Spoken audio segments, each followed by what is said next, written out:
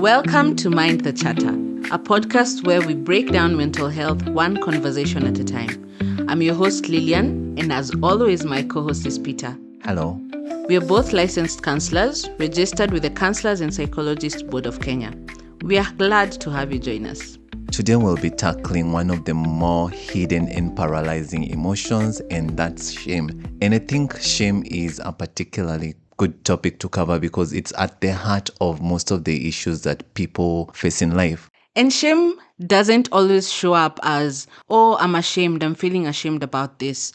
It sometimes shows up as, I'm the worst, or sometimes you even shut down. Other times you don't want anyone to see you or to see what you have done or what you think is a flaw. Exactly. So today we'll be breaking it down, what it is, where it comes from, and how it affects us. And then my favorite part, what we can actually do about it.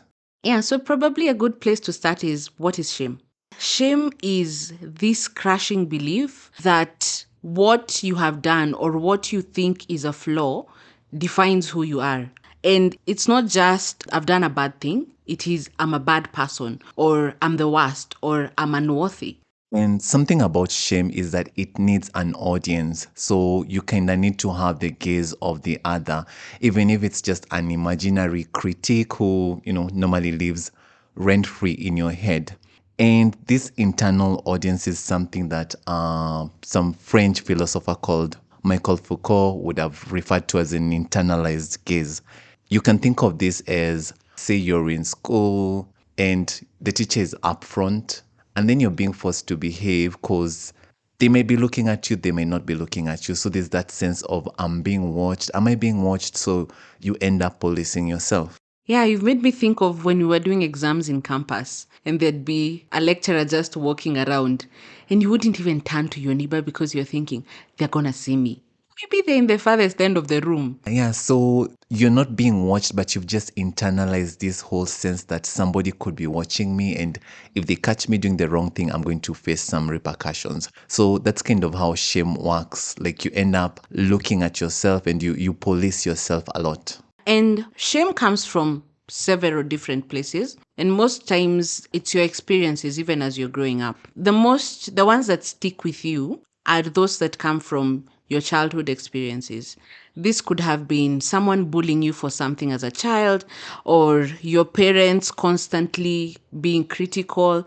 Yeah, so you can think of your parents telling you, you're a stupid child, and then you've done something bad. So you end up internalizing that whole, oh, I did something bad. I am bad. Mm-hmm. And other times it's even being compared to siblings. You have this very geniusy kind of sibling, and in school you're not as, let's say, as quick to learn. So whenever you're compared, it brings out this sense of, I'm a failure, I'm not smart enough. Yeah, and then there's also the aspect of being told what's desirable or right. So you can think of this in terms of, most people grow up in an environment whereby being light-skinned is sort of cherished. Mm-hmm. So if you're dark and then somebody brings that to your attention, hey, you're dark, and they say something insulting about it, you end up being ashamed about the fact that I am dark. Yeah, rangi ya thao. Okay, at least the old thao. This one is not quite that. Yeah, I remember as a child, there's this neighbor of mine who made a statement which kind of stuck with me. Mm-hmm. They're like, you'd be so handsome if you were lighter. And I know she didn't mean any bad, but you end up internalizing that there's something wrong with me because I'm not as light as this person would want me to be. Ah, poor you.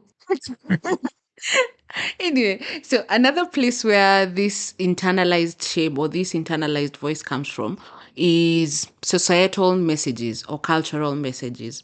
Whenever I was in a dress, I remember just being told, Keti vizuri, we ni msichana. And that was repeated even in spaces where my parents weren't there. I'm with an aunt.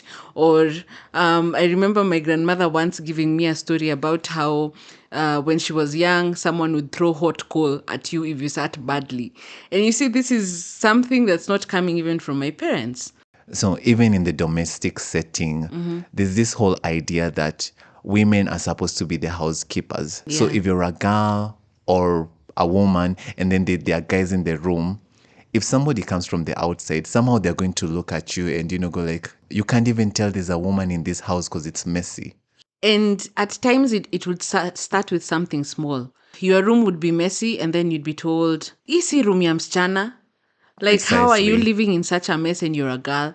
But this was never said to my brother. So whenever the house would become messy, it would hit me that I should clean up. Yeah, so societal expectations. Women are supposed to be keeping things neat and clean. So if you're in a space and you're a woman and it's not, there's this shame that comes with, I'm a woman, I'm failing as a woman because I'm not good at housekeeping. Yeah. Wow, we have internalized a lot. Another source of shame is trauma or abuse. And this comes in when you've been made to feel responsible for things that weren't really your fault. Biologically, shame is hardwired, and the classic physical signs would be like a red face because, blood is rushing to your cheeks. And I want to tie this into evolutionary biology. So, evolutionary biology tells us that shame helped us stay in groups, and it developed to help to keep us in line with the group.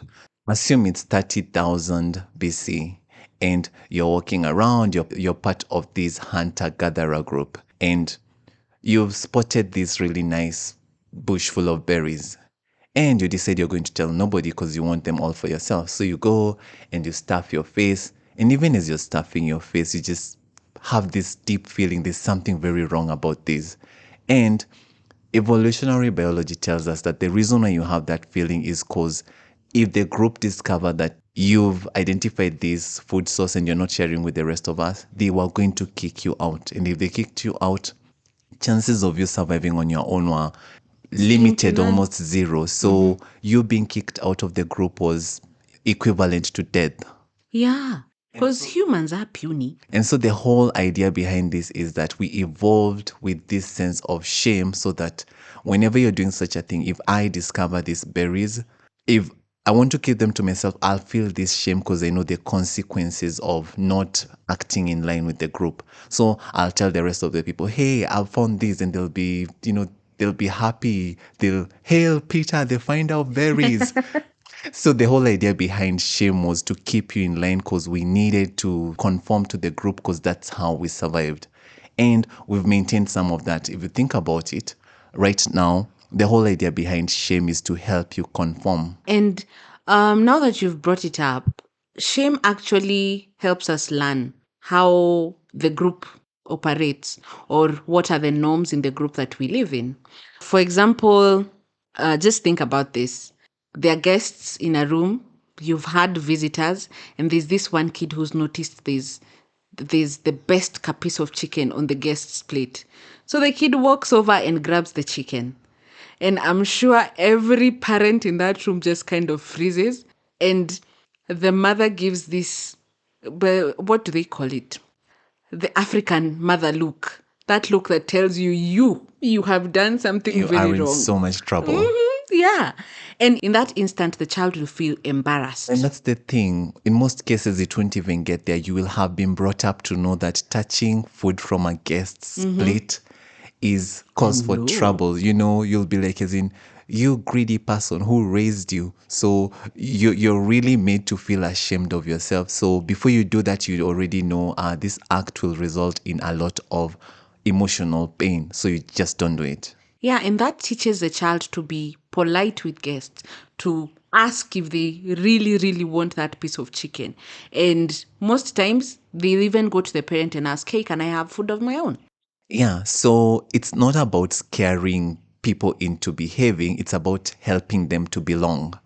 And the kid learns the rules, not just to avoid getting caught, but to stay connected, to be part of the group. So shame is all about you want to be part of the group. And different communities, different societies have different standards. Yeah, then they teach different standards using shame in some parts. I'm even thinking by ensuring that this child belongs, the parents avoid shame because everyone is going to be thinking, Kwani, you're not teaching this child manners. Exactly. If, in the setting you just described, the moment the kid goes to a guest's plate and then, starts throwing in their two puny hands inside, the parent is already, feeling so embarrassed because they know this is a reflection of them and their parenting. Yeah, and I think this is a good place to distinguish between shame and guilt. Yeah, because most of the times people tend to confuse the two, and there's quite a difference between the two. So, shame is about who we are, and guilt is about what we do. So, if you think of guilt, it's I did something bad, and shame, it's I am bad. And how shame presents, you had talked about this, but I think there's something you talked about. Yeah, there's something almost visceral about it. So you feel it in your guts. You feel it like there's a reaction, a bodily reaction to it. Yeah, and guilt can be useful. In the other episode, we talked about adaptive emotions. Guilt can actually be a useful emotion because it gives you the sense of, I need to make up for what I've done. I was supposed to come through for someone and I didn't. So feeling guilty about it makes me want to call them and go like, hey, can I show up for you in this other way? But shame corrodes your identity because you're constantly telling yourself, I'm not worthy, I am bad, I am fat, and therefore nobody wants me. And so that just corrodes at who you are in your very core. So to summarize, guilt is about something you've done and you feel like you've wronged somebody, and you can make things right by acting differently. So I didn't come through for you last time, I'll come through for you this time and everything will be okay. Shame is about who I am as a person.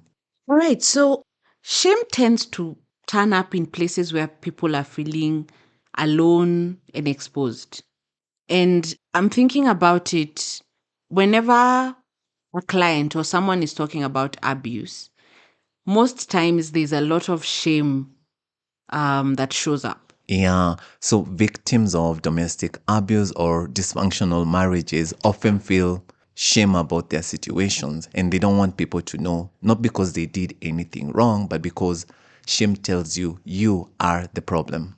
And it's a little contrary because whenever you hear a story about abuse or someone is talking about how they've been abused, for me, the first feeling that comes up is compassion and empathy. You've gone through so much. It's amazing that you have been strong through it.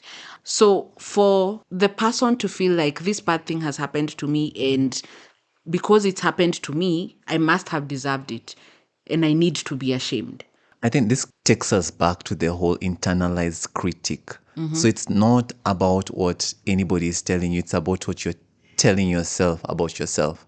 So you've internalized the idea that as a married person, I'm supposed to stay in this marriage because divorce is evil, and you've really internalized the whole thing that marriages must work. So if you're having trouble with your marriage, Yeah. you'll feel very ashamed. You'll be like, I'm a failure. I'm doing something wrong. True. And even listening to stories about people who are going through this intimate partner violence or domestic violence, there's always an aspect of, how did I miss this? What kind of person am I if I missed Yeah, this? exactly. So there's Yeah. this whole idea that if I'm in an abusive relationship, I'm the one who chose this person. So what does it say about me if I ended up with this jack? Yeah. And in therapy, we see this a lot. Someone is afraid to even come to therapy and talk about stuff because they're ashamed of the fact that they need help. And that might be a function of growing up. You are told that being dependent on others is a very shameful thing. So Yeah. therapy for you is equals to I need others. I can't deal with stuff on my own. True. Or even you're going to air our business in public or to a stranger. Yeah. And that is something to be ashamed of. Yep. So you can have scenarios whereby you tell your parent, I'm going to therapy. And then they're like, you're going over there to disclose our secrets. Oh, and surprisingly, even worse, the notion that therapy is for people who are sick, people who are mentally ill. So they are Yeah. wondering, why are you going to speak to people who. So the idea here is if you go, so there's this stigma about people who are having extreme mental health issues. So you can think of somebody who's had a psychotic break. Maybe they were shouting in the streets or even stripping, or they're just having a break. So there's always a stigma against that. And for you, when you say, I'm going for therapy, your parents are like, or rather your parents and your siblings are like, hey, are you trying to say you're like a crazy person? I know. And this is bringing shame to us because you're showing that we don't have the mental fortitude. Yeah, and mental fortitude is valued. Yeah. Yeah. So that also happens. Yeah. So there's some ways shame would show up in your behavior. Because it's not always obvious that I'm feeling shame about this thing, or I'm ashamed because this and this is going on in my life. And one of those things is self sabotage. That whenever something is going really good for you, you're having this thought of something bad is going to happen, or I don't deserve to be this happy. And you'll find in your behavior that you'll start actualizing that thought. It could be by procrastinating. You are meeting deadlines, you're doing amazing at work, then suddenly you're feeling lethargic, you don't want to keep up the pace. And another behavior would be perfectionism. And this is whereby you have this belief in you that if I'm perfect, that will be enough. So you strive to everything you do is to perfection and you really, really fret over any minor mistake. And that's the thing, you don't forgive yourself. If you do something and you feel like you didn't do it perfectly, that's a problem. Yeah. And there's a lot of anxiety that comes with Oh, perfectionism. yeah, yeah. There's a lot of anxiety because you'll never do everything perfect, at least not always. So if your standard is I have to do 100%, then yeah, you're always anxious. Yeah, and that goes into people pleasing. People pleasing is another behavior that shows up. And this is where you're either saying yes to everything someone is saying, you're showing up for everyone at your expense, and it's because you fear some kind of rejection. If I'm not perfect, they're going to notice and they'll talk about it. Yeah, if I say no, then you'll reject me. So the only way for me to keep you around is if I keep saying yes to everything you say, no matter how unreasonable it might end up being. Yep. Another extreme would be isolation. And this is when you're thinking, I don't want people to see this flaw. I don't want people to notice me. And from that, you withdraw and you stop going into spaces where you would have thrived. So far, we're talking about shame and it's, this emotion, but there's also a physical component to it. So shame literally lives in your body. So as we say, there's some visceral element to it. And you can think of it as the tension in your shoulders or the way you shrink when somebody compliments you. So that's part of shame, like just manifesting. Or even some weird heat that takes over when you're thinking, oh my God, if I could find a place to just hide and get away from this audience or this gaze. So in therapy, that's one of the things, when you're with a client, you ask them to stay in touch with their body because as we said, most times person who's going through shame doesn't even know it's shame. So if you ask somebody to keep in touch with their body and then they talk about some of these things, then you're like, oh, there could be some shame underlying over here. Yep, and I like that you brought up therapy. So, in what ways does therapy come in when a client is dealing with shame? One of the key roles is you get a space to talk about it because shame thrives in secrecy. When you're keeping quiet about it, it eats at you, eats at you, eats at you until your self worth and self esteem is like really, really low. So, in therapy, you get this non judgmental space where you can talk about it. And there's always this something we say, in professional circles. The first session, mostly somebody won't tell you what really they're there for. It's more of like they're Yeah. just weighing you. Can I trust you? Yeah. And they won't really tell you because they want to know if you'll judge them. Or you get the opposite, someone testing how much can I tell you before I get a reaction. So you might find someone drops a very something deep in the very first few minutes of therapy. Yeah, and the whole idea is I want to see how you react, and I'm very hyper alert. I want to see if you'll judge me and make me feel ashamed. And if you do, that's the last time you're seeing me. Yeah, that's a tricky space to be as a therapist because you're on the weighing scale.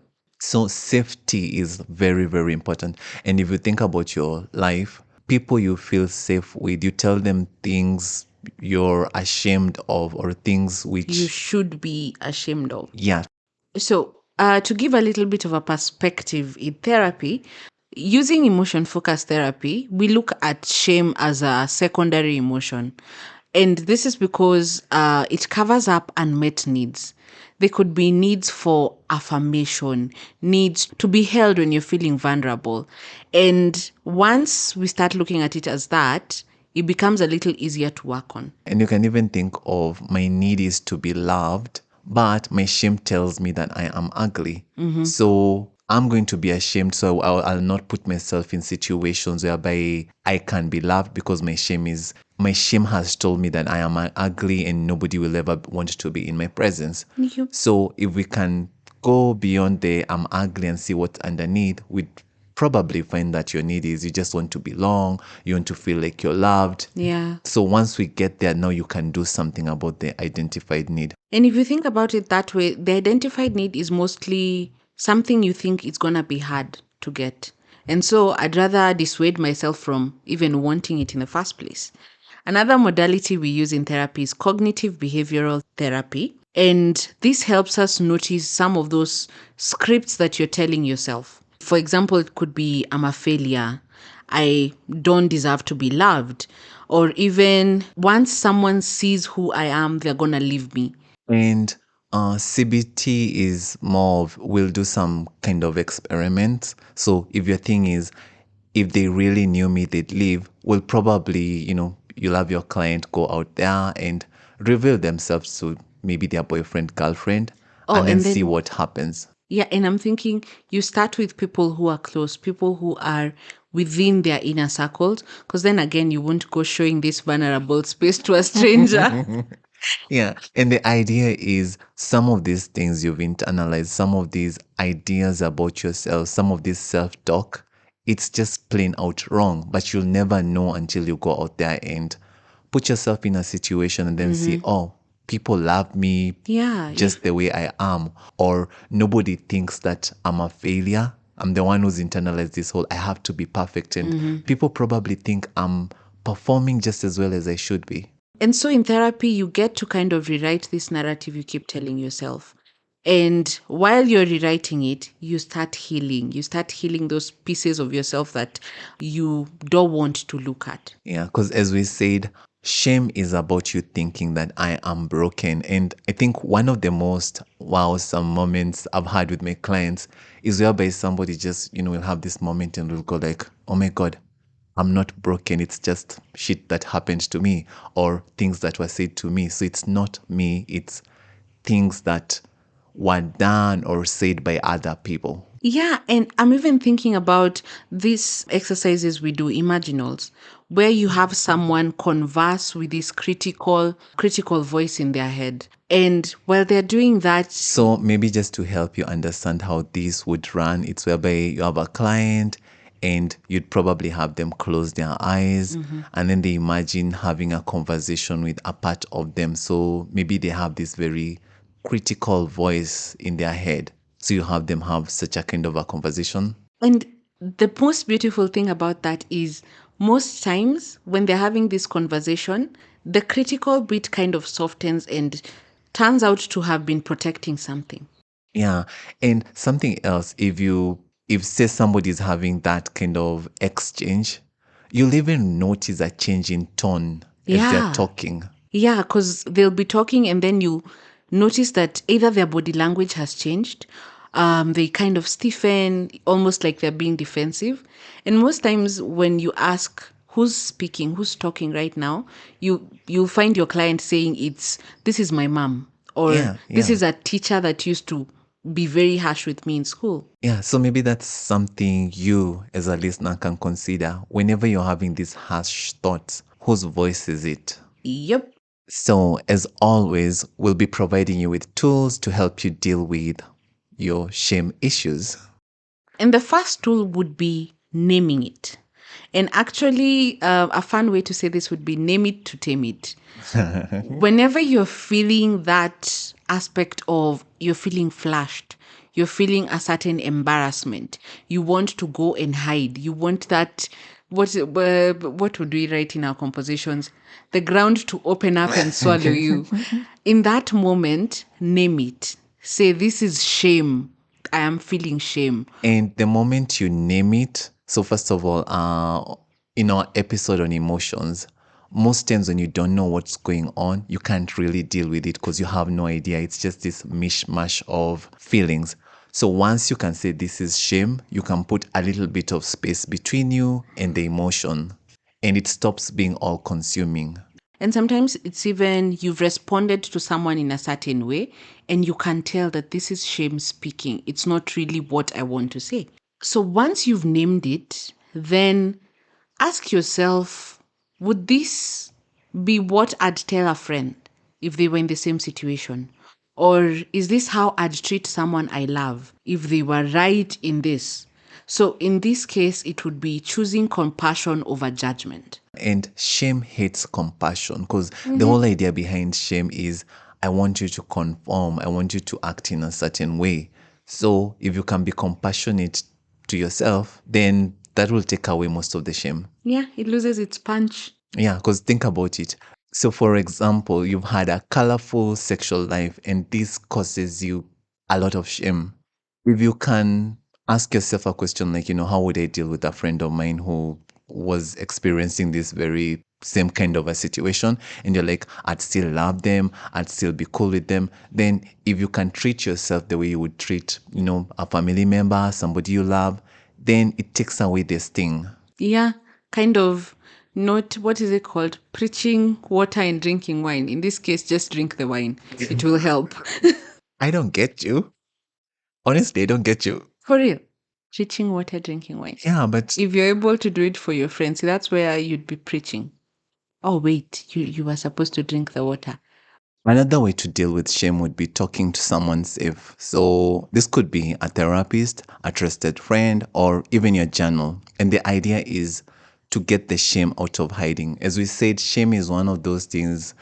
It's secretive. It's something which only you know or only your family knows. So if you can confide in a friend or a therapist, then it's no longer this thing that's just eating you from inside. You expose it to the light and Yeah, and there's nothing as validating as exposing something you feel shameful about and getting a response that just shows love. so if you can talk to someone safe and then realize that, oh, I just needed some validation and I'm getting it. Yeah. Or I just needed this to be normalized because sometimes people think that they're the only ones facing a certain kind of a situation. True. And then the moment you talk to your therapist and then they make you realize this is so commonplace, then it's no longer as As bad. it's And no longer as shameful. bad. Yeah, and finally, it would be have some curiosity about the shame. What is this shame about? What is this shame protecting? Like we said, most times there's a need behind the shame. And once you realize what that need is, you kind of get a platform to work on it. If you want love, then you get to put yourself in spaces where you can get that love. Yeah, so as we're winding down, I think the thing I'd want you to remember is that shame is not a moral compass. It's a survival instinct that sometimes goes wild and it tells you to hide when what you really want to do is connect. And healing from shame doesn't mean pretending it's gone. It means learning to sit with it, to name it, and choose not to believe every critical thing it says about you. And then remember, people who care about you won't judge you when you open up.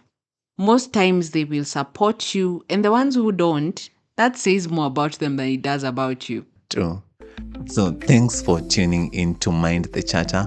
If today's episode helped soften that inner critic or made you think of someone carrying their own shame, pass it along or don't. No shame either way. If you have feedback, a topic you'd like us to cover, or you just want to say hi, you can reach us at mindthechatterpod@gmail.com. The contact info is in the show notes too. And if you'd like to book a session with either of us, you can reach us through the same email. That's it for today. Toodles! Catch you on the next one.